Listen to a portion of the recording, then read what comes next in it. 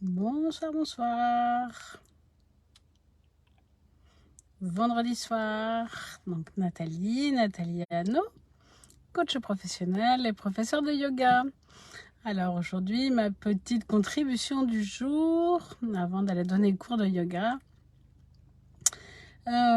c'est sur les mantras. Est-ce que vous savez ce que c'est qu'un mantra? Alors un mantra, ça vient plutôt de tout ce qui est pays asiatique, de l'Inde, hein. Et c'est beaucoup utilisé en yoga et c'est une affirmation sacrée.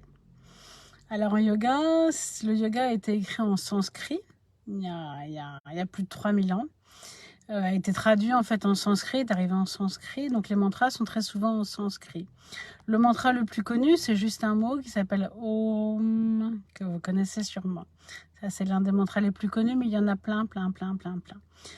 Alors ce matin, j'ai guidé une séance de yoga sur Yoga Matin Bonheur, comme tous les lundis et vendredis matin sur Zoom.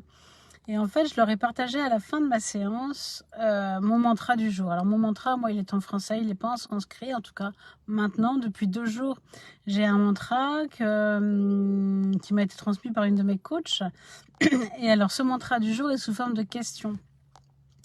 Pourquoi sous forme de question? Parce que les questions, ça ouvre plus.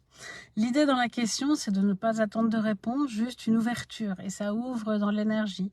Si vous êtes un peu sensible à l'énergie, je vous invite à vous questionner sans attendre de réponse et à ressentir l'énergie. Ça change tout en fait. Et alors, donc mon mantra du jour, c'est que faudrait-il, enfin ça fait 2 jours que je l'ai, que faudrait-il pour que je m'engage vis-à-vis de moi-même à ressentir ou à recevoir plus de joie. Plus de joie dans ma vie, plus de joie dans ma journée, plus de joie dans cet instant présent, sans attendre de réponse. Alors les réponses viennent ou elles ne viennent pas, mais en tout cas ne pas être dans l'attente. Et ces mantras, je me les répète très souvent. En tout cas, mon idée, c'est de mettre de la conscience sur ma journée et donc avant chaque moment, là par exemple, je vais donner cours de yoga, je me le répète, que faudrait-il pour que je m'engage plus envers moi-même, être aussi plus une contribution pour les autres et pour amener plus de joie dans ma vie et dans celle des autres, là pendant cette heure de yoga. Une autre de mes coachs disait que pour elle, il était très important pour manifester ce qu'on voulait, ce qu'on veut, pour manifester ce qu'on veut, d'être bien sûr dans la présence et de se demander à chaque instant comment est-ce que cet instant peut être encore mieux que cela.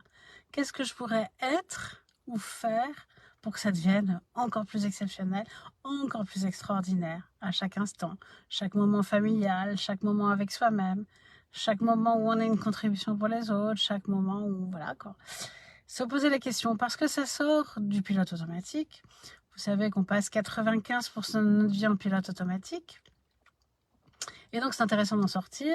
Et puis, parce que ça oriente vers du positif, bien sûr, vers, voilà, comment ça devient encore mieux que ça, comment c'est extraordinaire, comment puis-je faire de ce moment un moment merveilleux que je n'oublierai jamais.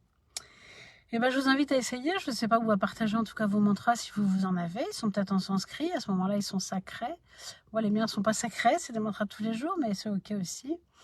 Et puis, si vous ne connaissez pas, à partager, à essayer et à me dire. N'hésitez pas à partager, hein, et puis à me dire ce que vous en pensez, ce que vous expérimentez surtout. Voilà. Merci à la personne qui est là, je ne sais pas qui c'est. Je vous fais des gros bisous et je vous souhaite une autre très belle soirée. Comment ça devient encore mieux que cela? À bientôt.